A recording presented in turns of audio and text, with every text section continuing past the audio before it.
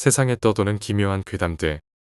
첫 번째 이야기, 강원도 춘천의 유흥업소에서 실제로 겪었던 실화괴담. 저와 친하게 지냈던 한 형님의 이야기를 해볼까 합니다. 그 형님을 알게 된 건 제가 군대 전역하고 학비라도 벌어볼까 싶어 롯데 신선창고에서 일할 때였습니다. 당시 그 형님을 편하게 A형이라 부르겠습니다. A형은 저처럼 단순 노무직이 아닌 정직원으로 온갖 업무를 도맡아 하던 형님이었습니다. 저보다 5살이 많았고 덩치와 인상이 험악해 절대 가까이 지내고 쉽지 않은 사람처럼 보였습니다.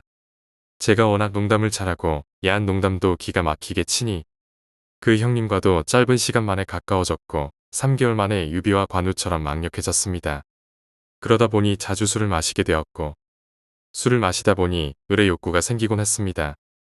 안산의 안마방이 괜찮다고 들어서 저는 A형에게 형, 전역한 지 얼마 안 됐고 바로 여기서 일해서 그런지 욕구가 생기네요. 이렇게 말했습니다. 형이 아는 여자가 있으면 소개해주고 싶지만 형 얼굴로는 여자라는 건 팔자에도 없지. 상록수에 X안마라는 곳이 있는데 아는 놈이 자주 드나들어서 할인을 해줘요. 맹인 안마사가 없어서 싸다고요. 난 죽을 때까지 안마방엔 안 간다. 안마방만 들어가면 온몸에 털이 곤두서라고 말하며 손사래를 치는 겁니다. 생긴 건 매일 가서 포주 아줌마랑 의남매 맺을 것처럼 생겼으면서 왜 그렇게 몸서리를 치는지 궁금해졌습니다. 그래서 성병이라도 얻어왔냐고 물으니 자기가 예전에 겪었던 이야기를 해줬습니다. A형은 원래 춘천에서 살았는데 그곳에서 주먹 좀 썼나 봅니다. 이리저리 사고도 많이 치고 제법 알려졌었는데 그 때문에 고등학교 졸업 후 아는 선배네 회사에서 일하게 되었다고 했습니다. 그런데 그 사장이 춘천 쪽에 안마방을 가지고 있었고 자기 선배랑 자기가 그 안마방의 큰 실장, 작은 실장 일을 했답니다. 그런데 말이 작은 실장이지 손님 콘돔 치우고 다 쓴 수건 치우고 거의 종업원 수준으로 일했다고 합니다. 당시 형이 일했던 안마방은 아가씨가 8명 정도 있었고 아가씨 관리하는 여자 실장, 그리고 맹인 안마사 2명, 선배와 자기 이렇게 일했다고 합니다. 아가씨들은 여자 실장이 데려온 거라 거의 변동이 없었는데 어느 날 5번 방에 한 아가씨가 들어왔습니다. 원래 안마방 아가씨라는 게 말이 아가씨지. 오피에서 놀다가 나이 차면 안마로 오기 때문에 보통 나이가 30대 초반이나 20대 후반 정도인데 5번 방 아가씨는 20대 초반이었다고 합니다.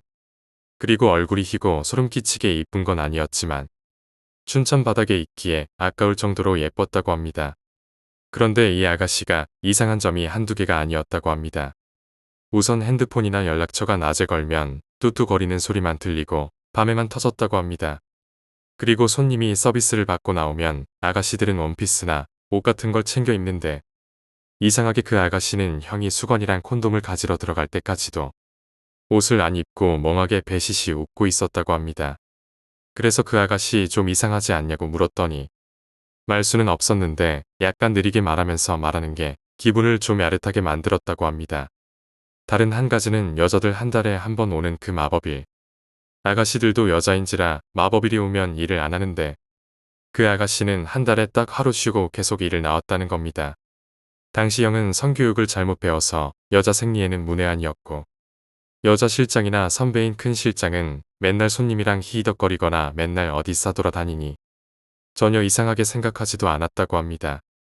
이상하게 얼굴이 이쁘면 당연히 찾는 손님도 많아질 텐데 그 아가씨한테 한 번 들어간 손님들이 하나같이 무슨 목석이랑 하는 것 같다고 했답니다. 소리도 안 내고 그냥 오일 마사지만 하고 체위 변경도 안 하고 가만히 있다고 엄청나게 불평불만을 했다고 합니다. 그러던 어느 날 5번 방 아가씨가 일한 지 한 달이 좀 넘었을 때입니다. 형네 안마방 단골 중에 사채업자가 있었는데 일주일에 한 번 정도는 꼭 와서 실장들이랑 커피도 마시며 노가리도 까고 자기한테 올 때마다 3만 원 정도 팁을 주었답니다. 그런데 이 사채업자가 5번 방 아가씨에게 빠진 겁니다. 그러더니 일주일에 한 번 정도 오던 횟수가 매일매일 오게 되고 6시간분을 지불하고 그 아가씨와 함께 있었다는 겁니다. 그래서 형은 사채업자가 단단히 빠졌구나 6시간 동안 분가하다가 큰일 나겠다고 생각했는데 분가는커녕 샤워도 안 하고 6시간 동안 아무것도 안 했다고 합니다. 그걸 어떻게 하냐면 형이 끝나고 수건이랑 콘돔을 치우러 갔는데 치울 수건도 없고 콘돔도 안 쓴 채로 있더랍니다. 그런데 그 사채업자가 엄청 만족한 얼굴로 돌아갔다는 겁니다. 그게 한 2주 정도 됐을 때 여느 때와 다름없이 사채업자가 찾아왔습니다.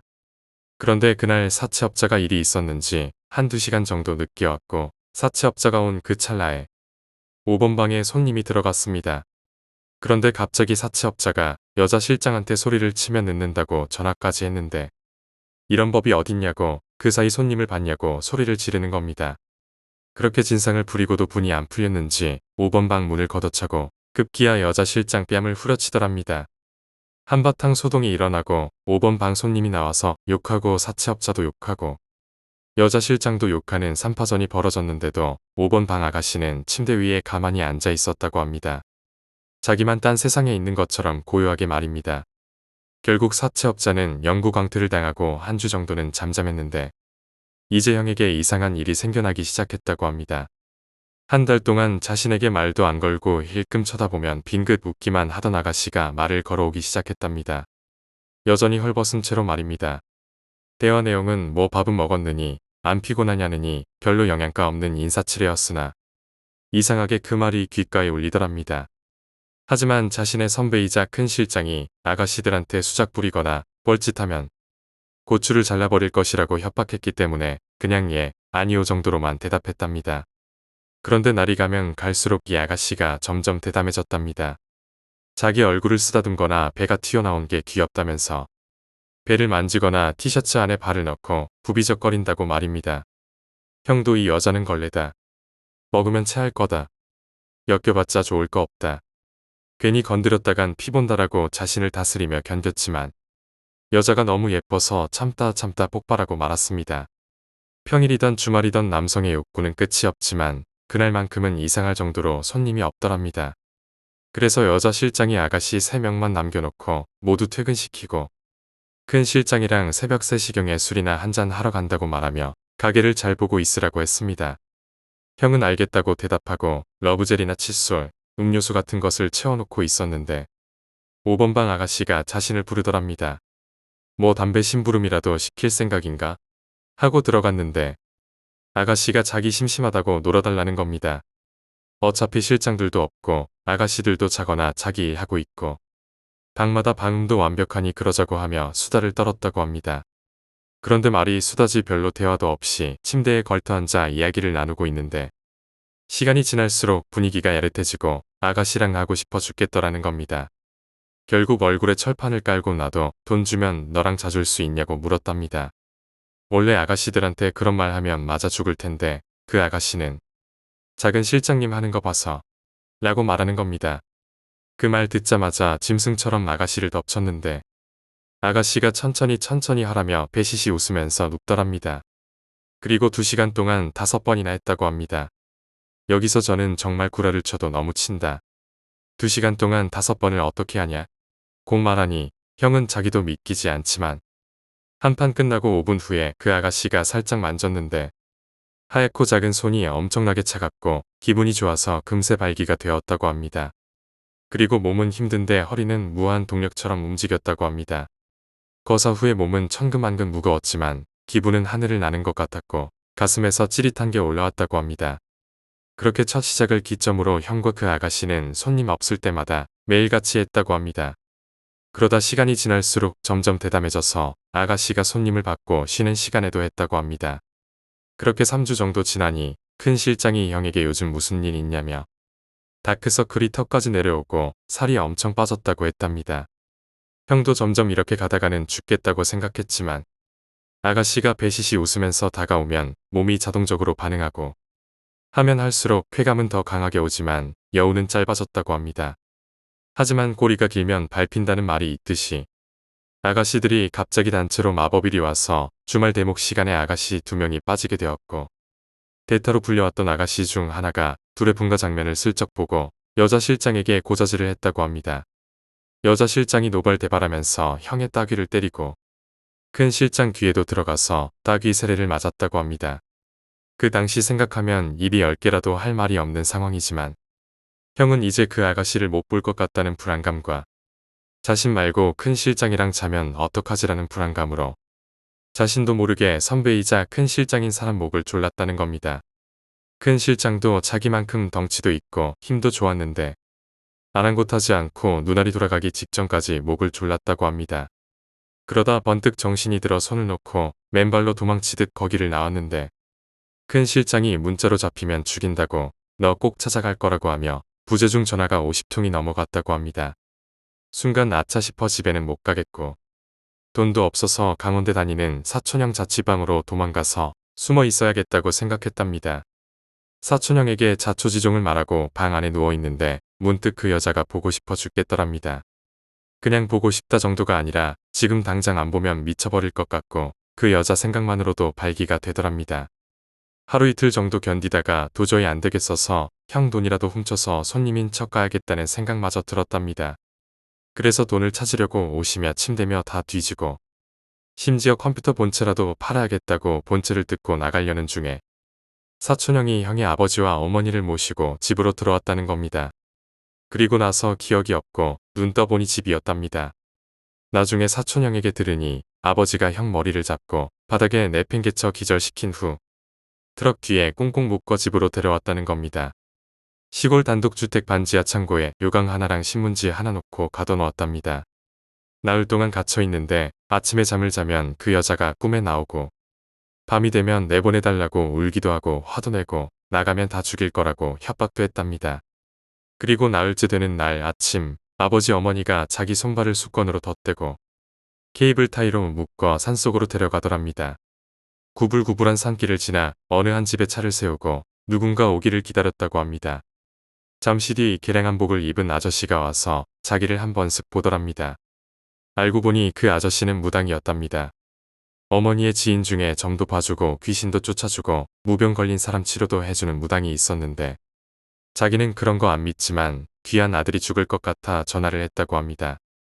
무당이 형을 보고 웃으며 이거 귀신 들린 거 아닙니다. 귀신 들린 년한테 홀린 겁니다. 라고 했다고 합니다. 그러면서 생년월일과 태어난 시각을 물어보더랍니다. 무당은 중얼거리다가 귀신 들린 게 아니라 귀신 들린 년한테 홀린 거라고 말했습니다. 일주일만 맡겨놓으면 정상으로 돌아올 거라고 하며 일주일 후에 데려가라고 했답니다. 그리고 형을 작은 방으로 데리고 가더랍니다. 붉은 천 같은 걸로 형 몸만 돌돌 말고 방 안에는 어머니가 가져온 자기 물건들을 놓고 안마방을 나갈 때 입고 있었던 옷을 태우더랍니다. 그리고 방에 부적 몇 장을 붙이더니 10분 후 겁나 큰 개 한 마리를 끌고 와서 문고리에 묶어놓고 나가더랍니다. 옆방에서는 혼자 TV를 보며 낄낄대더랍니다. 점심도 혼자 먹고 형에게는 주지도 않았답니다. 당시에는 몸에 힘도 없고 먹고 싶지도 않고 말할 힘도 거의 떨어져서 에라 모르겠다는 생각으로 잠들었답니다. 그런데 밤이 되어서 눈이 딱 떠졌는데 눈 뜨자마자 걔가 귀신같이 형을 쳐다보더랍니다. 가만히 있으라는 눈빛을 주더랍니다. 낮에는 돌아다니고 별짓을 해도 지에 할 일만 하던 놈이 밤이 되자마자 쳐다보더랍니다. 평소 같으면 개든 호랑이든 상관 안 하고 그 여자 보러 가겠다고 했을 텐데 이상하게 주눅이 들더랍니다. 그래서 그날은 걔랑 눈싸움하면서 넘기고 둘째 날이 왔습니다. 둘째 날 아침 무당이 들어오더니 어제 붙였던 부적을 떼고 살피더니 웃으며 다른 부적으로 갈아 끼우더랍니다. 그리고는 주전자랑 물만 딱 주고 또 나가서 TV 보고 밥 먹고 드라마 보고 그러더랍니다. 4일 정도 지나니 배가 고파 미치겠더랍니다. 그런데 무당이 또 주전자만 놓고 나가려고 하자 형이 시발 밥 좀 달라고 배고파 죽겠다고 소리쳤답니다. 그 모습을 보고 무당이 웃으며 왜? 그 매구년한테 달라고 하지 이제 그 매구년보다 밥이 더 보고 싶나? 라고 하는 겁니다. 형은 그런 거 모르겠고 일단 밥부터 달라고 했답니다. 무당이 잠시 나가더니 죽을 가져와 부적 같은 걸 태워서 먹으라고 줬답니다. 평소 같았으면 저도 안 먹고 주먹으로 턱을 날려 냉장고를 털었겠지만 그럴 힘도 없고 사흘 만에 먹는 음식이라 얼른 한 그릇 비웠답니다. 그리고 저녁에는 엄청 질긴 녹이 있지 않습니까? 그걸 푹 구워서 부적을 태우고 먹으라고 주는 겁니다. 이미 지방은 없어지고 근육만 남아있는 닭이었지만 개눈 감추듯 비우고 바닥에 들어 누웠는데 잠이 솔솔 오더랍니다. 한숨 자자고 생각하고 잠들었고 몇 시간이 지난 것 같았는데 아침에 눈을 떠보니 어머니 아버지가 자기를 데리러 왔다고 문 앞에서 기다리고 있었답니다. 노개를 먹고 나서 3일 동안 내리잠만 잤던 겁니다. 얼떨떨해하며 차를 타고 집으로 가고 있는데 아버지가 무당이 한 얘기를 해주셨다고 합니다.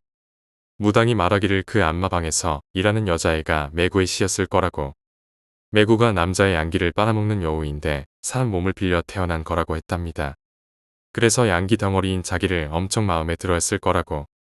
양기 다 빨렸으면 그냥 저승 갔을 텐데 운 좋게 그 여자랑 일찍 떨어진 후 무당에게 온 거라고 했답니다.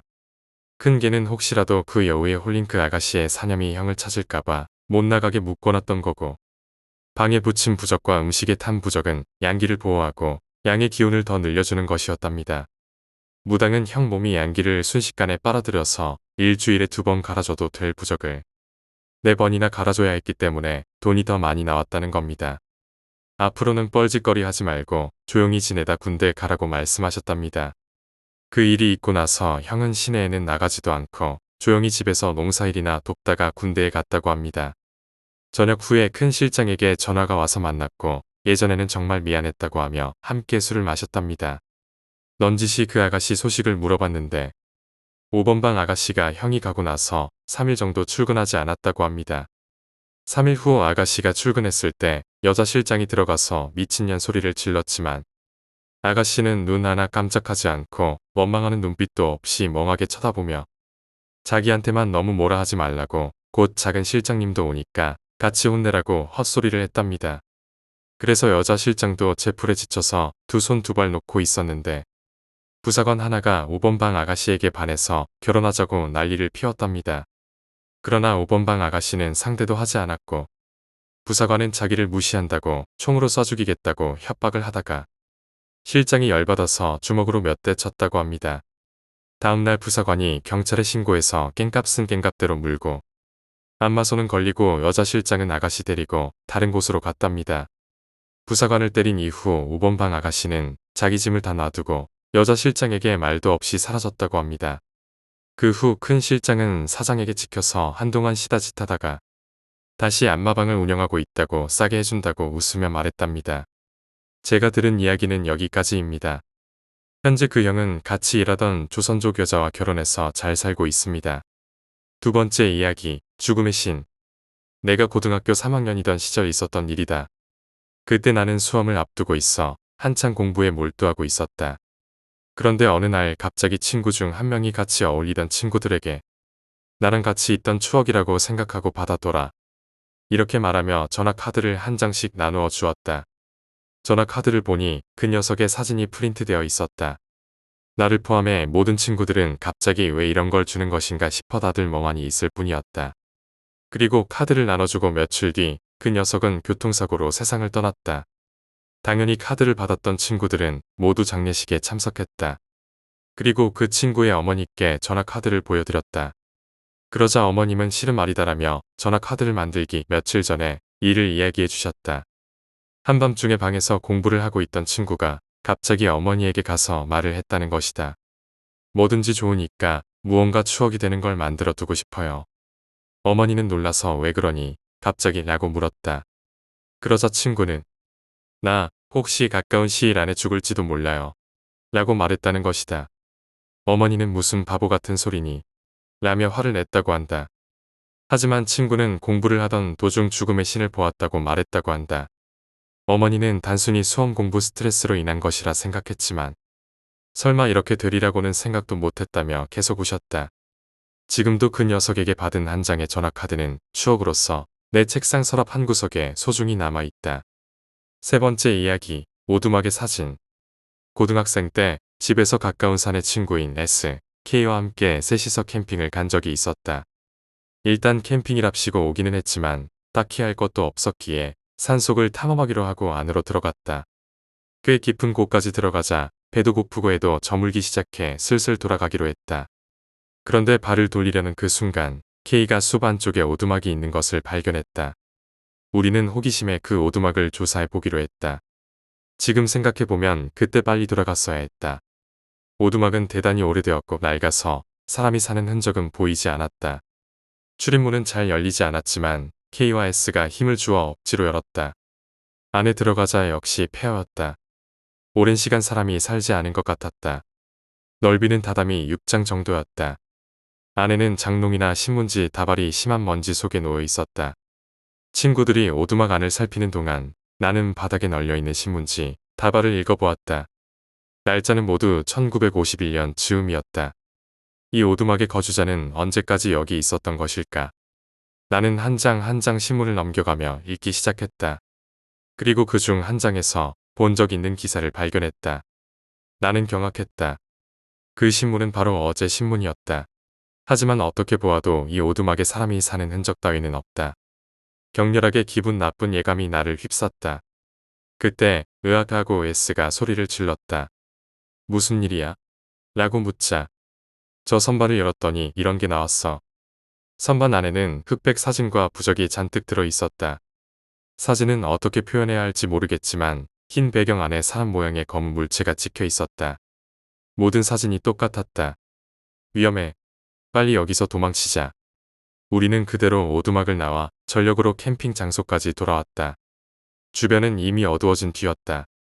오늘 일은 잊자. K가 그렇게 말했지만 너무나 기분이 나빠 있기 힘들 것 같았다. 그런데 그 캠핑 이후 S가 이상해지기 시작했다. 뭐라고 할까? 먼 곳을 보고 있는 느낌이었다. 전혀 생기가 느껴지지 않고 이름을 불러도 알아차리지 못할 정도였다. 마침내 S는 학교에도 오지 않게 되었다. 나는 걱정된 나머지 S의 집을 찾아갔다. S의 어머니는 어색한 표정으로 나를 맞아주었다. 나는 S의 방으로 들어갔다. 방 안에는 그 오두막에서 보았던 흑백 사진이 빽빽이 붙여져 있었다. 네 번째 이야기, 야구모자. 제 군대 후임이 입대 전 겪었던 일입니다. 인천에 사는 그 후임은 저보다 한 살이 많습니다. 군생활을 FM으로 잘하고 말도 재밌게 잘해서 인기가 많았었죠. 인천 까르푸 근처에 살았었다는데 어느 날 꿈을 꾸었답니다. 꿈에서는 어머니와 함께 까르푸에서 장을 보고 오던 길이었습니다. 그런데 어머니께서 잠시 들를 데가 있다시며 같이 가자고 하셨답니다. 어머니와 가던 길을 바꿔 지하도로 내려섰는데 지하도 반대편 입구 쪽에 야구모자를 푹 눌러쓰고 뒷짐을 진 사내가 서 있었다는군요. 뭔가 이상한 기분이 들어서 어머니에게 다른 길로 돌아서 가자고 했답니다. 하지만 어머니는 이 길이 제일 빠른데 무슨 말이냐고 하셨고 할 수 없이 긴장하며 지하도를 걸어갔답니다. 중간 즈음 가자 야구모자를 쓴 사내도 발을 떼어 천천히 다가오더니 뒷짐을 진 손에서 식칼을 빼들어 제 후임과 그 어머니에게로 달려들었답니다. 여기서 꿈을 깬 제 후임은 불안했지만 괜히 걱정하실 것도 같고 아예 믿지 않으실 것도 같아서 어머니께는 말씀드리지 않았답니다. 단순한 악몽으로 끝나는 게 가장 좋다고 생각했었나 봅니다. 그런데 다음 날 어머니와 함께 장을 보고 오는 길에 꿈에서처럼 잠깐 들릴 곳이 있다고 하셨답니다. 꿈 생각이 난 후임은 이 지하도 말고 저쪽으로 가면 안 되나요? 라고 말씀드렸지만 어머니는 돌아서 가기 싫다며 지하도로 내려가셨답니다. 할 수 없이 따라 내려간 제 후임은 지하도 반대편에 꿈에서 본 야구모자를 쓴 사내가 서 있는 모습을 보고 순간 소름이 쫙 돋았답니다. 위험하다는 생각이 든 제 후임은 엄마, 뛰어나고 외친 후 앞서 가시는 어머니의 손을 잡고 밖으로 달렸답니다. 달리면서 뒤를 돌아보니 그 사내는 당황한 듯 식칼을 꺼내들고 조금 쫓아오다가는 포기하고 반대편으로 달아났답니다. 어머니께서도 목격하셨기 때문에 바로 경찰서에 신고를 했지만 경찰들이 일대를 수색했음에도 불구하고 결국 범인은 잡지 못했답니다. 다섯 번째 이야기, 시각. 나고야의 어느 대학에서 실제로 있었던 사건입니다. 그 대학교에 다니던 친구의 형에게 들은 이야기입니다. 그 형의 말에 의하면 그날은 중간고사 시험날로 경제사 시험을 보기 위해 강의실에 들어갔다고 합니다. 시험이 시작되고 모두들 시험지에 펜으로 답안을 적어 내려갔습니다. 그리고 20분 정도 지났을 때 갑자기 강의실 문이 엄청난 기세로 열리더니 땀투성이의 학생이 숨을 헐떡이며 들어왔습니다. 그것을 본 조교는 그 학생에게 말했습니다. 20분 이상 지각한 경우에는 입실이 인정되지 않아 시험을 볼 수 없어요. 확실히 시험지의 규정란에는 그 사항이 적혀 있었습니다. 그렇지만 그 학생은 필사적으로 애원했습니다. 부탁드립니다. 이 강의에서 학점을 못 받으면 졸업할 수가 없어요. 하지만 조교는 단호히 말했습니다. 20분이 넘었습니다. 당신이 시험 보는 것을 허락하면 지금까지 지각해서 시험을 못 봤던 다른 학생들은 어떻게 합니까? 그리고 조교는 그 학생에게 퇴실을 지시했다고 합니다. 그러자 그는 새파랗게 질린 얼굴로 힘없이 흔들거리며 교실을 나섰습니다.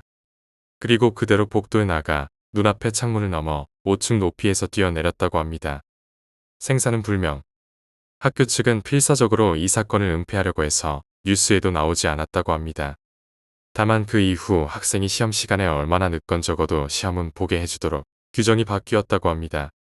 6번째 이야기, 군복무 중에 겪었던 실화. 이 이야기는 1980년대 복무 중에 직접 겪은 실화로 아직도 생생하게 기억나는 사건이다. 당시 나는 군복무를 전경으로 지원하여 파출소 소속으로 근무하던 중이었다. 그때는 파출소에 소속되어 숙식을 하면서 경찰관과 똑같이 순찰도 돌고 대민 업무도 지원하는 시절이었는데, 당시 내가 근무하던 파출소는 변두리 지역으로 산복도로를 끼고 있는 전형적인 서민 동네였는데, 무허가 건물이 산자락에 널려있는 난잡한 곳이었다. 때는 한겨울쯤으로 새벽에 주민신고가 들어왔는데 산중턱 무덤가에 사람이 나무에 목매달아 죽어 있다는 제보였다. 당시 그 동네는 못 사는 사람이 많고 무속집이 많아 새벽이면 산에 올라가 촛불 켜고 굿하는 게 자주 보였는데, 아마 누가 굿하러 가다가 현장을 보고 신고를 했다. 하여간 신고를 접수하고 곧바로 방범대원과 경찰관 그리고 나까지 셋이서 현장에 가보니 오래된 무덤가 옆에 나무의 여자가 목을 메어 죽어 있었다. 우리는 즉시 본서에 상황 보고를 하고 지시를 기다리니 일단 자살인지 타살인지를 조사해야 하니 현장을 최대한 보존하고 대기하라는 명령이 내려왔다. 그래서 현장 주변을 줄로 치고 외부인의 접근을 막고 나무에 매달린 시신을 내려서 반드시 눕히고 담요를 덮어주었다. 그때가 한겨울이라 이미 시신은 상당히 경직되어 뻣뻣하였다. 우리는 시신을 방치하고 철수를 할 수가 없어서 날이 밝기를 기다리며 현장을 지키고 있었다. 그때는 한겨울이라 일반인의 통행도 등산객도 없어서 더욱 썰렁하고 무서웠다.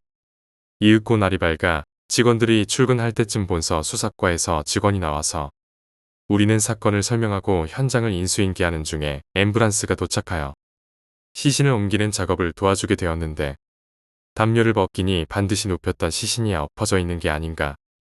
처음에 시신을 내려놨던 우리 3명은 순간 할 말을 잃고 멍하니 아무 생각이 없어지는 것이었다.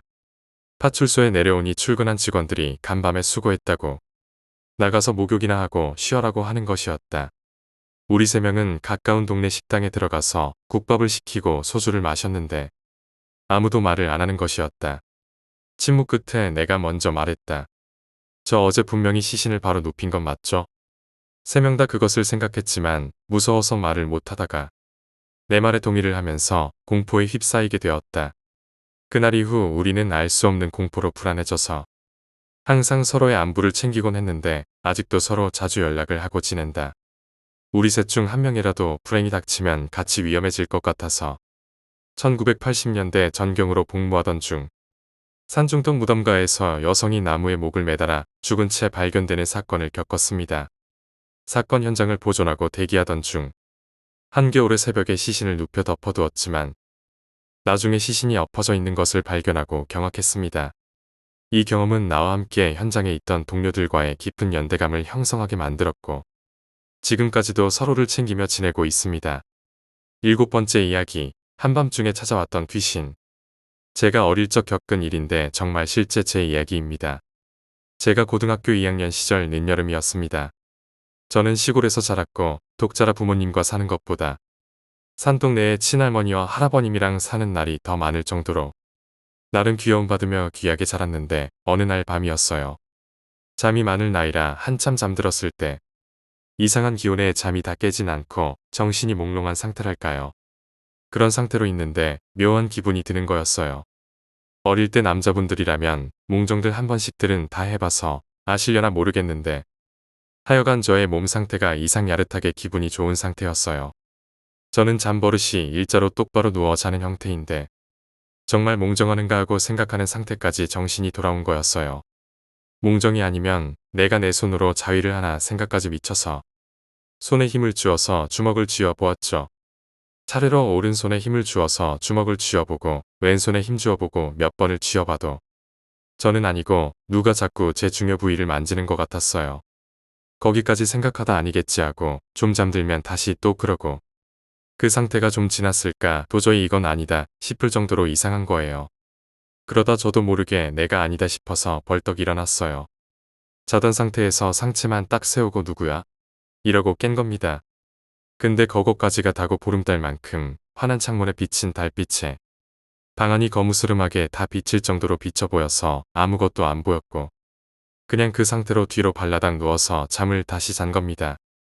그러고 한참을 지났나 머리맡에 섬뜩한 느낌에 잠결에도 뭔가 내 옆을 조용히 지나가는 느낌이 있었고 방문이 조용히 열리는 듯하고 무언가가 조용히 방을 빠져나가는 듯한 가위 눌린 듯 느껴지는 그 공포감을 느끼고서는 잠이 완전 깬 거예요. 이제는 눈을 뜨고 내 방을 나가는 정체를 보아야 하는데 도저히 눈을 뜨고 볼 수가 없는 거예요. 방문이 닫히는 듯하고 멀어지는 듯한 발자국 소리에 그러고 얼마 후에 밖에서 사람 소리가 들리는 걸 들었어요.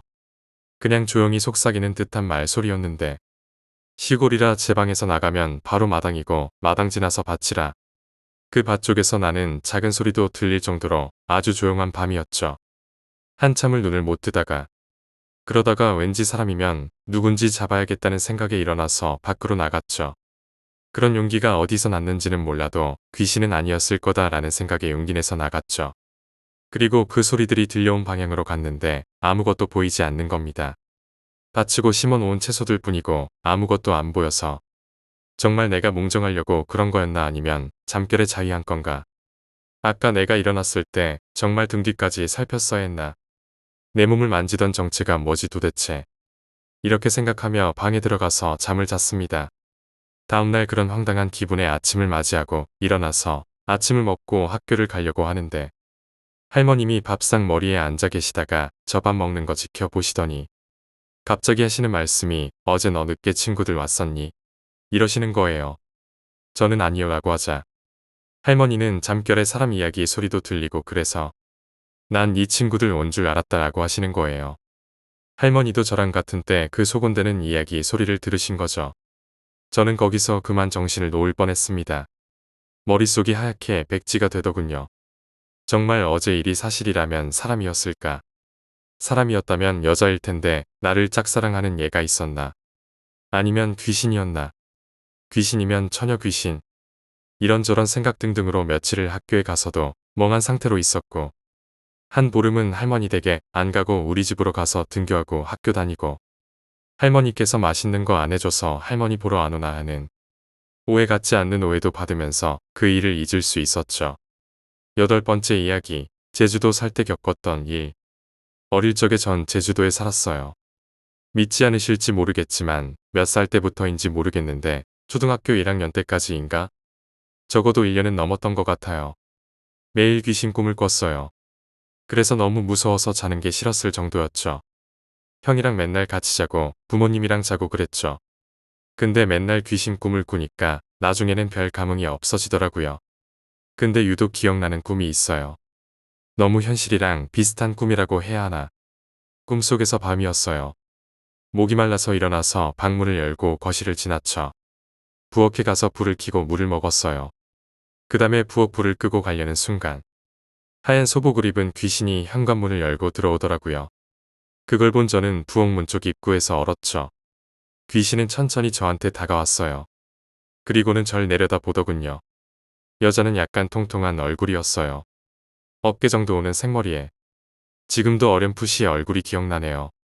나이는 젊어 보였고 20대 중후반 정도였죠. 그리고 나서 꿈에서 깼죠. 그리고 오랜 시간이 지난 후 고등학교 때인가 제가 깨달은 거죠. 왜 그 꿈을 꿨는지. 그 꿈을 꿀 당시에 제주도 공항 근처인 용담동인가에 살았는데요. 주택집이었어요. 부모님 방 1개 형이랑 같이 쓰는 방 1개 그리고 방 2개가 더 있었어요. 1개 방은 남자가 새를 살고 다른 1개 방은 여자가 쎄를 들어 살았어요. 모든 방에 거실과 연결돼 있었지만 남자가 새 들어 사는 방은 평소에 거실과 연결되는 문을 잠궈놓고 집 뒤쪽인 보일러실 쪽으로 방에 들어가는 문이 따로 있었어요. 그 문을 이용했죠. 거실과 통하는 문은 통상 잠궈놓고 말이죠. 남자랑은 남남처럼 지내고 여자랑은 가족처럼 지냈습니다. 방 구조 자체가 그래요. 보일러실 뒤쪽 문을 이용해서 거실로 통하는 문은 안 썼어요. 그런데 사건의 전말은 이렇습니다. 저희 가족이 집은 비온 틈을 타서 새 들어 사는 남자가 여자를 죽였습니다. 그니까 남자가 강간하려고 했는데 저항하자 죽인 건지 왜 죽인 건지를 모릅니다. 그 두 사람은 평소에 왕래도 전혀 없었고 남남처럼 살았으니깐요. 아마도 강간살인이지 싶습니다. 그리고 제 꿈에 나온 건 그 여자인 것 같아요. 저의 어렸을 적에 단편적 기억은 경찰이 오고 폴리스 라인 같은 거 치고 엄마가 제 눈을 막 가리고 여러 가지 어른들의 대화 등등. 그 당시엔 몰랐는데 나중에 천천히 생각해보니까 그게 그 사건이더라고요. 저희 가족은 얼마 후에 그 집에서 이사 갔고요. 근데 신기한 거는 제가 오랜 기간 동안 그 여자가 기억이 안 났다는 겁니다. 지금도 잘 기억이 안 나요. 그래도 방에 새들어 살았으면은 기억이 많이 날 텐데. 아마도 그 사건이 충격적인 사건이어서 제 스스로 기억을 봉인한 것은 아닌지. 9번째 이야기, 그 남자의 얼굴. 당시에 아직 1살이었던 딸을 데리고 여름 축제에 갔을 때의 이야기입니다. 포장마차를 보고 있는데 금붕어를 따먹는 놀이가 있었습니다. 딸도 어떤 생물을 만지고 싶어하는 듯해서 여러 번 실패 끝에 붕어 한 마리를 가지고 돌아왔습니다. 어항에 넣어두자 딸이 다가가서 안을 보고 있었습니다.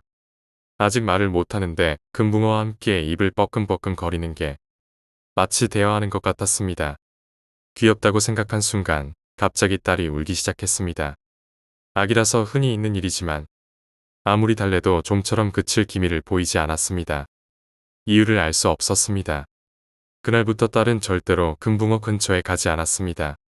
무리하게 가까이 데려가도 울면서 떨어집니다. 특별히 신경 쓰지 않다가 딸이 낮잠 자는 동안 저는 방에서 혼자 멍하니 있었습니다. 그러다가 딸이 금붕어를 무서워하며 울던 생각이 났습니다. 이 금붕어, 뭔가 이상한 거라도 있는 건가? 그렇게 생각하고 어항을 들여다봤지만 금붕어는 그냥 입을 뻐끔거릴 뿐. 돌연 그때 무심코 형광등 빛이 어항에 반사되는 걸 보고서 온몸에 털이 바짝 서고 말았습니다. 거기에는 제 얼굴과 방의 풍경, 그리고 제 오른쪽 어깨 너머로 이쪽을 보고 있는 모르는 남자의 얼굴이 비치고 있었습니다. 그리고 무엇보다 놀란 것은 어항 속의 금붕어가 입을 뻐끔거리며 움직일 때마다 그 남자의 입도 똑같이 움직이던 것입니다. 그 금붕어는 도대체 뭐였을까요? 어항에 비친 남자는 누구였을까요? 강 근처에 금붕어를 풀어준 지 벌써 5년이 지났습니다만 아직도 금붕어를 보면 그 남자의 얼굴이 기억납니다. 10번째 이야기, 비가 내리던 그날. 때는 졸업을 앞둔 중학교 3학년 때였습니다. 다른 친구들은 고등학교 준비니 어쩌니 하면서 공부하기 바쁜 시기였죠. 하지만 장래희망이 만화가인 저에겐 먼 섬나라 같은 얘기였습니다. 그날은 겨울치고는 더웠던 비오는 날이었습니다. 제 기억에 의하면 아마 둘째 주 화요일이었을 겁니다. 제가 좋아하는 만화 잡지가 나오는 날이었으니까요. 하지만 제가 다니는 서점은 잡지가 그날 바로 들어오지 않고 저녁 6시쯤 되어서야 책이 배달되곤 했습니다. 다른 서점은 안 가봐서 모르겠습니다. 서점을 가기 위해 저녁밥을 먹고 밖으로 나왔을 땐 가로등 하나 없는 짙은 어둠만이 깔려 있었습니다. 버스 정류장에서 15분 정도 기다리니 버스가 오더군요. 버스를 타고 한참을 가다가 서점에서 가장 가까운 정류장에서 내려 마지막 한 권 남은 잡지를 사고 집으로 돌아가기 위해 맞은편 버스 정류장에서 책을 보며 버스를 기다리고 있을 때였습니다. 제가 책을 산 서점 쪽에 코트를 입은 사람 한 명이 보이더라고요. 다리가 굉장히 길었고 목도리도 허리까지 오는 긴 것이었습니다. 아까도 말씀드렸듯이 제 꿈이 만화가인지라 길을 걷다가도 모델로 쓸만한 사람이 지나가면 머릿속에 확실히 기억해두기 위해 한참을 쳐다보곤 했죠. 그 사람은 모델로 쓰기에 좋은 체형을 가지고 있었습니다. 얼굴을 보려고 했지만 우산을 묘한 포즈로 머리부터 가슴까지를 가리고 있었습니다. 때문에 여자인지 남자인지조차 확인하지 못했습니다. 그때 바람이 휑하고 불었고 그 바람에 제 앞머리가 헝클어졌습니다. 얼굴도 못생기고 머리도 곱슬이었기 때문에 머리라도 단정히 하기 위해 항상 거울을 들고 다녀서 거울을 꺼내 앞머리를 만지고 있을 때였습니다. 가로등이 길 건너편 쪽으로 있었기 때문에 등을 가로등 쪽으로 돌리고 있었는데 뒤통수가 근질근질한 걸 느꼈습니다. 거울의 각도를 그 사람 쪽으로 돌렸는데 살아오면서 처음으로 심장이 얼어붙을 것 같은 느낌이 어떤 건지 느꼈습니다. 머리가 없더군요. 정확히 말하면 머리부터 우산을 안 들고 있던 왼쪽 가슴까지 도려낸 것처럼 잘려 있었습니다. 머릿속에서 별별 생각이 다 들더군요. 예전에 TV에서 보면 귀신은 거울이나 사진에는 찍히지 않았는데 어째 요즘 무서운 얘기를 들어보면 귀신들이 하나같이 거울이나 사진에 찍히냐? 라고 말이죠. 아무튼 전 패닉 상태에 빠져 한참 동안 거울을 주시하고 있었습니다. 마치 1초가 1시간처럼 느껴졌습니다. 그렇게 멍하니 굳어 있는데 그 사람도 제 시선을 느꼈는지 다시 우산으로 가리더군요. 때마침 버스가 도착했을 때였습니다. 제가 타야 할 버스에서 할머니 한 분이 그 사람 쪽을 향해 이년아 어디서 사람한테 장난질이야? 라고 창문에 머리를 내놓으시고 소리를 치시더라고요. 그때서야 버스에 열린 앞문으로 후다닥 뛰어들었습니다. 살았구나 라는 느낌이 들었습니다. 창문 밖으로 그 사람이 서 있던 방향을 보니 아직도 기묘한 자세로 도려져 나간 머리와 가슴을 가리고 있었습니다. 이제 와서 생각해보니 그 사람이 두르고 있던 목도리도 짧은 것이었는데 오른쪽 어깨에 걸치고 있어서 허리까지 왔던 거더군요. 다시 본론으로 돌아와서 그렇게 버스는 출발하고 버스 안에는 할머니 한 분, 그 옆자리에 검은 양복을 입은 아저씨 한 분, 20살 정도로 보이는 여자 한 분 그렇게 3명이 타고 있었습니다. 저는 운전석 바로 뒤에 앉아서 아직도 멈출 줄 모르고 바쁘게 뛰고 있는 가슴을 진정시키고 있었습니다. 그때 뒤에 계신 할머니가 말씀하시더군요. 비 오는 날은 귀신들이 많이 돌아다니니까 밖에는 나오지 마. 특히 오늘같이 더운 겨울날이면 더하지. 저도 그 말을 어디선가 들었기 때문에 잘 알고 있었습니다. 몇 정거장 더 지났을 때 할머니께서 다시 말을 건네셨습니다. 총각 난 여기서 내려야 하네. 다음부턴 오늘 같은 날 나오지 마. 하지만 할머니는 버스가 정류장 근처에 도착할 때까지 벨을 누르지 않으시더군요. 그때 뒤에서 꾸벅꾸벅 졸고 있는 여자가 놀라서 일어나 벨을 눌렀습니다. 버스는 멈추고 나를 제외한 할머니와 아저씨 그리고 여자까지 다 내리더군요. 버스는 다시 출발하고 조용한 버스 안에는 기사 아저씨와 저 둘만이 남았었습니다. 버스가 신호에 걸려서 대기하고 있는데 기사 아저씨가 말을 걸어왔습니다. 학생, 요즘 그 핸즈프린가 뭔가 하는 거 얼마 정도에 파나? 갑자기 생뚱맞은 질문에 당황해서 저는 핸드폰이 없어서 모르겠는데요. 라고 했더니 아까 핸드폰 통화한 것 아니었어? 라고 아저씨가 물었죠. 그래서 전 말했습니다. 네, 전 할머니랑 얘기하고 있었는데요. 그러자 기사 아저씨가 말했죠. 응, 무슨 할머니? 아까부터 버스에는 학생하고 방금 내린 여자 둘만 타고 있었잖아. 저는 다시 한번 패닉 상태에 빠졌습니다. 그렇다면 아까 그 검은 양복 아저씨는 누구지? 할머니는? 머릿속으로 이 생각 저 생각 다 해봤지만 답은 나오지 않았습니다. 다만 아까 할머니께서 하신 말씀만 귓가에 맴돌고 있었습니다. 비 오는 날은 귀신들이 많이 돌아다니니까 밖에는 나오지 마. 특히 오늘같이 더운 겨울날이면 더하지. 얘기는 여기서 끝입니다. 버스 정류장에 내린 뒤 도저히 어두운 골목길을 걸어갈 용기가 나지 않아서 1시간가량 쪼그리고 앉아있다 같은 건물에 사는 아저씨를 만나 겨우 돌아갈 수 있었습니다. 여러분도 조심하세요. 비 오는 날에는 귀신들이 많이 돌아다닙니다. 11번째 이야기, 해병대 훈련소. 제가 해병대에 입대 후 겪은 일입니다. 해병대 나오신 분들도 계실진 모르겠지만 해병대 훈련소가 포항에만 있습니다. 그래서 해병대 분들은 좀 더 이해하기 쉬우실 듯 합니다. 아무튼 극기주가 끝나고 수료식을 앞둔 월요일 밤이었습니다. 전 행정병이라 소등 후에도 편지나 소포, 등기를 관리를 해야 했고 그래서 늦으면 12시, 바쁜 날은 1시 가까이 돼야 잠을 잘 수 있었죠. 그날은 왠지 편지가 많은 날이었습니다. 같은 행정병들과 편지 분류를 다 끝내고 나니 12시 20분이 조금 넘은 시간이었습니다. 다들 극기주 다녀와서부터 일찍 자기 시작했었는데 그날따라 왠지 심히 조용했습니다. 행정동기들은 자기 소대해온 손편지와 인터넷 편지를 들고 자기 소대로 돌아갔습니다. 전 뒷정리와 등기 같은 걸 처리해야 해서 20분 정도 시간이 늦어졌습니다. 일을 다 끝내고 나니 1시 가까이 된 시간. 1시에 불침번이 있어서 편지는 관품함에 넣어놓고 군복으로 갈아입었고 저와 같은 시간에 불침번을 서는 2층 동기들과 함께 불침번을 하러 1층으로 내려왔는데 제 옆자리인 12시 불침번을 서던 동기가 1층에서 올라오는 것입니다. 너 왜 벌써 올라가? 아직 신고 안 했지 않아? 아무 말이 없던 동기는 약간의 미소를 지은 채로 올라갔습니다. 저와 제 동기는 뭐지 싶어서 일단 1층으로 내려가 계단을 보고 대기 중이었는데 소대장님이 바로 불침번 근무로 들어가라고 하셔서 바로 불침번을 교대하러 교대 장소인 화장실 앞 생활관으로 걸어갔죠. 그런데 이상하게 12시 불침번들은 교대 장소에 6명 전부 있었습니다. 저희는 이상하게 생각했지만 못 본 사이에 내려왔겠지. 이런 생각으로 그냥 대충 교대하고 서서 졸고 있었습니다. 사실 피곤해서 말하기도 귀찮았습니다. 그런데 12소대 명찰을 달고 있는 소대원이 화장실을 간다고 혼자 화장실에 와서 들어간 뒤에 안 나오는 겁니다. 그래서 동기들이 빨리 나오라고 독촉하려고 들어갔는데 갑자기 애들이 당황하면서 뛰어나온 것입니다. 이유를 묻자 아까 그 새끼 타령한 것 같아. 화장실에 없어.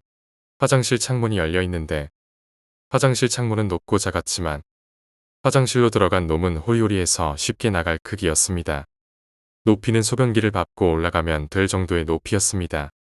일단 저희 쪽 불침번 2명이 소대장실로 뛰어가 당직 소대장님께 보고하였고 당직 소대장님은 바로 12소대로 달려가 인원 파악을 하였습니다.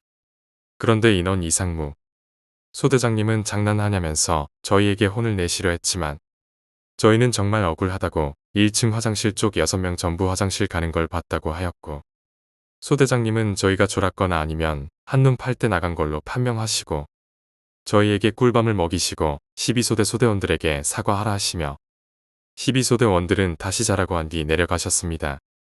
그런데 아무리 둘러봐도 그 녀석처럼 호리호리하고 말라빠진 놈이 안 보이는 겁니다. 일단 진심으로 사과한 뒤 다시 근무를 서는데 샤워장에서 샤워기가 틀어지면서 샤워기에서 물이 뿜어져 나오는 소리가 들리는 겁니다. 저희는 당황해서 불 꺼진 샤워장에 남자 6명이 떨면서 들어갔는데 중간에 샤워기 하나가 물이 틀어진 채로 물을 강하게 뿜고 있었습니다.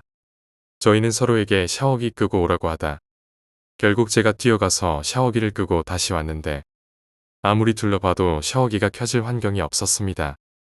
비누가 떨어지면서 샤워기를 틀었으면 비누가 있어야 하는데 비누는 거의 없는 상태였고 1층 샤워장은 샤워기를 교체를 해서 새 것이었죠. 아무리 생각해도 물이 틀어질 환경이 없었다는 겁니다. 그래서 그냥 불 끄고 나왔는데 저희 6명은 들었습니다.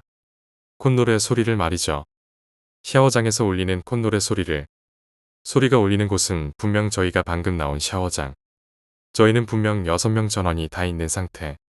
저희는 무서워 소리도 못 지르고 벌벌 떨면서 3초 정도 떨다가 누가 화장실에 가려고 문을 여는 순간 저희는 소리도 못 지르고 밝은 1층 중앙으로 뛰어나와 마침 소대장님이 뭐가 이리 시끄럽냐고 나오셨고 그대로 소대장님을 붙잡고 소리쳤습니다. 소대장은 저희를 데리고 소대장실로 들어왔고 저희에게 자세히 말해 보라고 하셨죠. 저희는 겁에 질린 채로 방금 있었던 일을 그대로 말씀드리자 소대장님은 처음 듣는 이야기지만 저희를 위해서 샤워장과 화장실을 다녀오셨고 화장실과 샤워실을 다녀 오신 소대장님은 한숨을 쉬면서 말했습니다.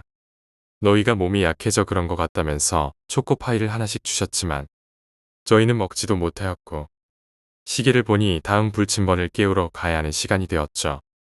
소대장님은 다음 불침번만 내려보내고 저희는 그냥 자라고 말씀하신 뒤 1층 순찰을 두셨습니다.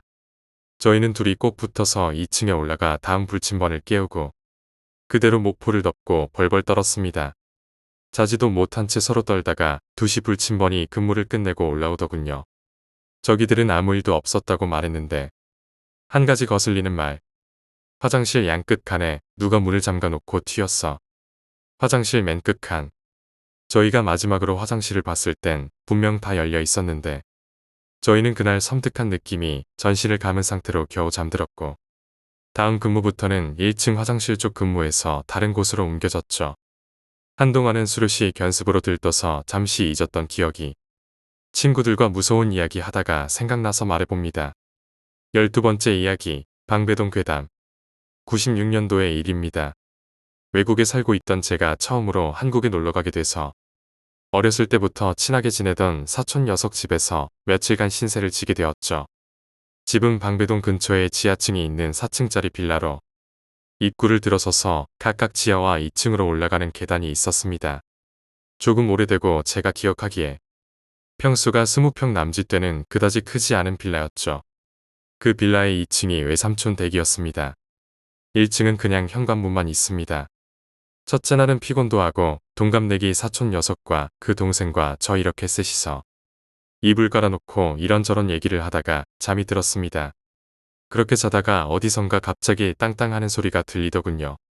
새벽 시간이었는데 피곤도 하고 뭐 저러다가 말겠지 하는 마음에 그냥 무시하고 자려고 하는데 거의 30분 정도를 땅땅 하는 소리 때문에 잠을 설치다가 일어나 보니 아침이더군요. 뭐 그럴 수도 있지 싶어서 그냥 넘어가고 다음날은 친구들도 볼겸 나갔다 와서 저녁에는 사촌 녀석들과 공포영화를 빌려보러 비디오 가게에 갔습니다. 그래서 빌려온 게 엑소시스트라는 호러 영화였죠.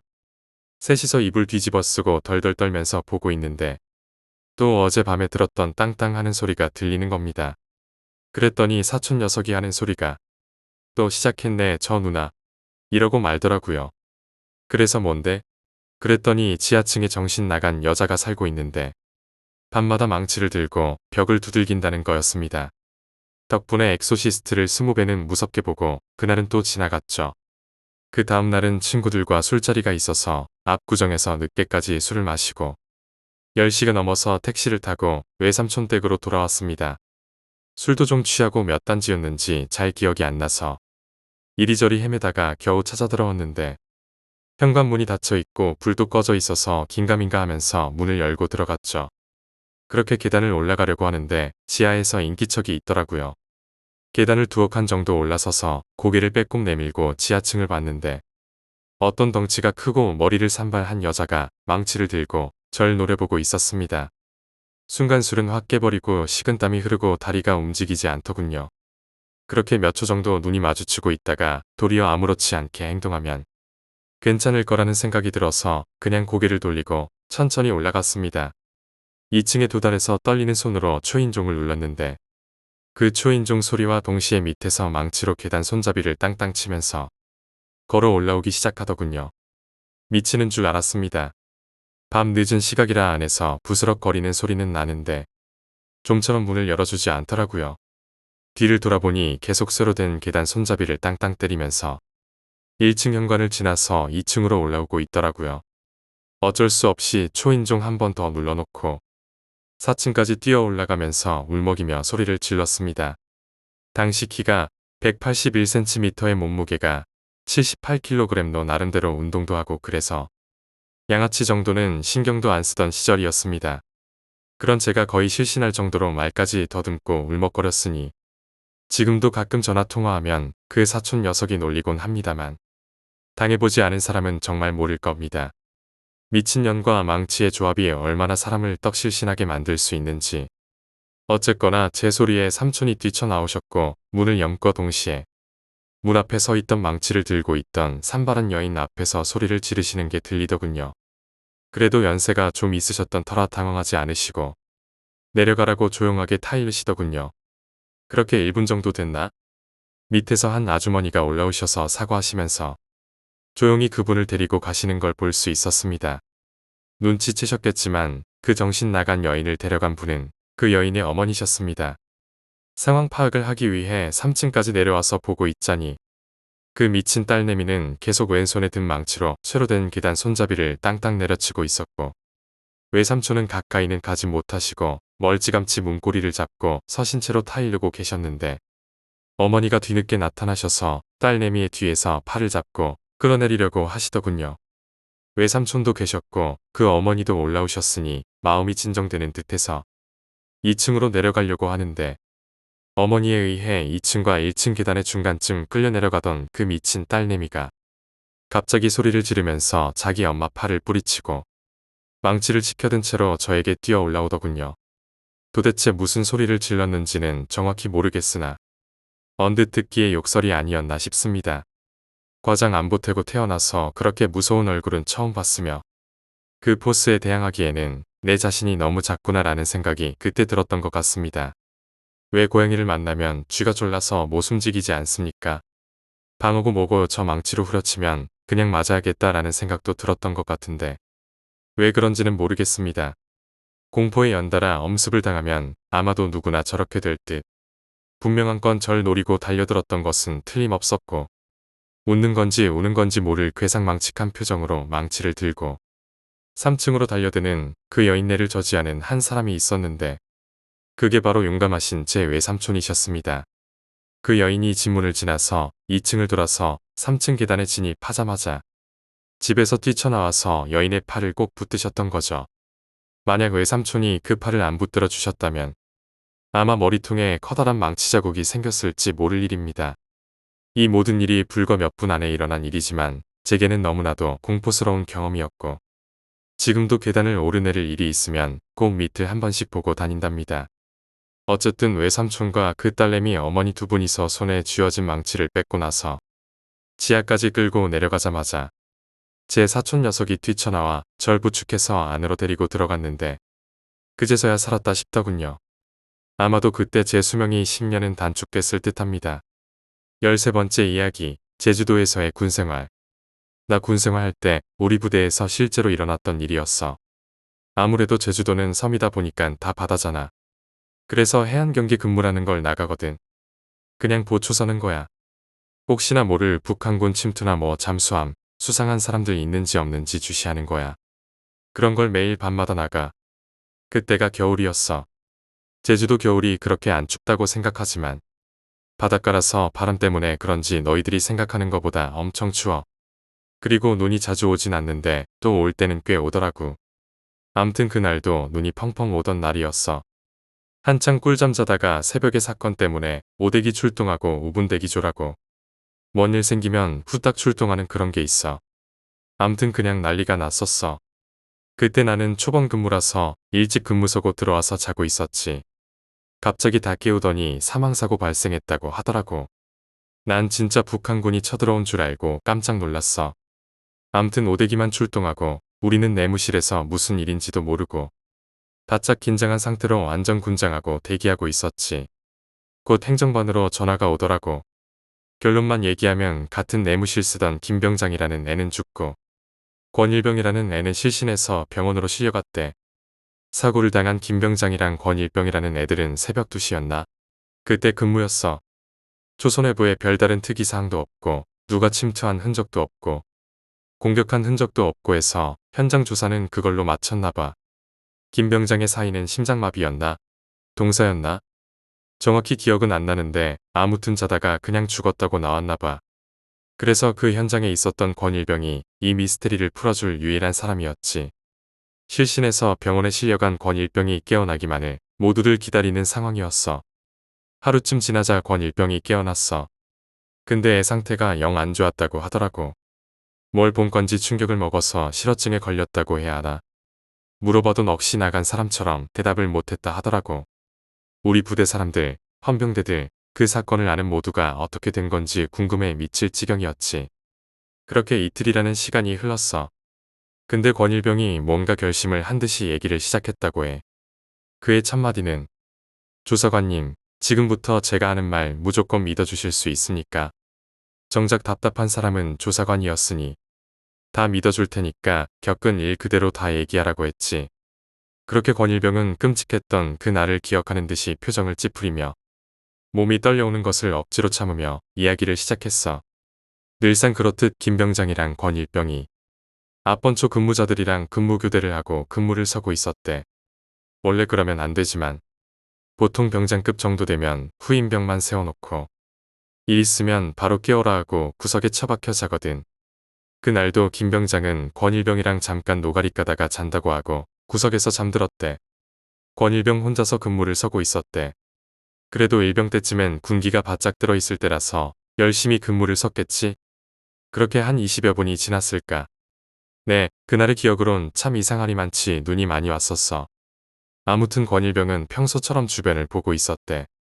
근데 저 멀리서 거리조차도 가늠할 수 없는 곳에서 이상한 형광색의 빛이 뿌옇게 보이더래. 그때까지는 별거 아니겠지 하고 계속 그 형광빛을 주시하면서 다른 곳도 경계하는데 그게 정말 눈치채지 못할 만큼 아주 조금씩 다가오는 듯한 느낌을 받았대. 김병장을 깨울까 말까 고민하다가 아주 느리게 움직이니까 조금만 더 지켜보자 하고 기다렸대. 근데 진짜 그 형광빛이 나는 물체가 조금씩 다가오는 게 눈으로 보였다는 거야. 그제서야 권일병은 김병장을 깨우려고 불렀다 하더라고. 김병장님, 김병장님 일어나십시오. 라고 불렀지만 김병장은 안 일어나더래. 그래서 속으로 시발시발 거리면서 그 빛에서 눈을 떼지 않고 쳐다보고 있었대. 이게 조금씩 점점 다가오니까 점점 형체가 보였다더라고. 그 형체는 사람이었다 그러더라고. 사람이 엎드린 상태로 얼굴까지 바닥에 파묻은 상태에서 눈바티를 꼼지락거리면서 기어오던 게 보이더라는 거야. 권일병은 뭐야 저게 하면서 김병장을 다시 깨웠대.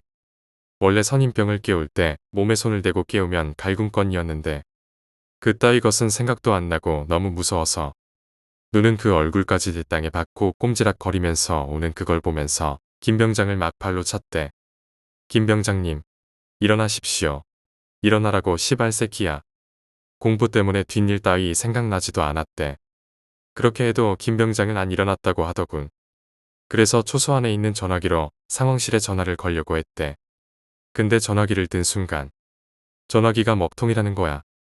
앞에서는 얼굴을 땅에 박은 인간이 팔다리를 꼼지락거리면서 오고 있지.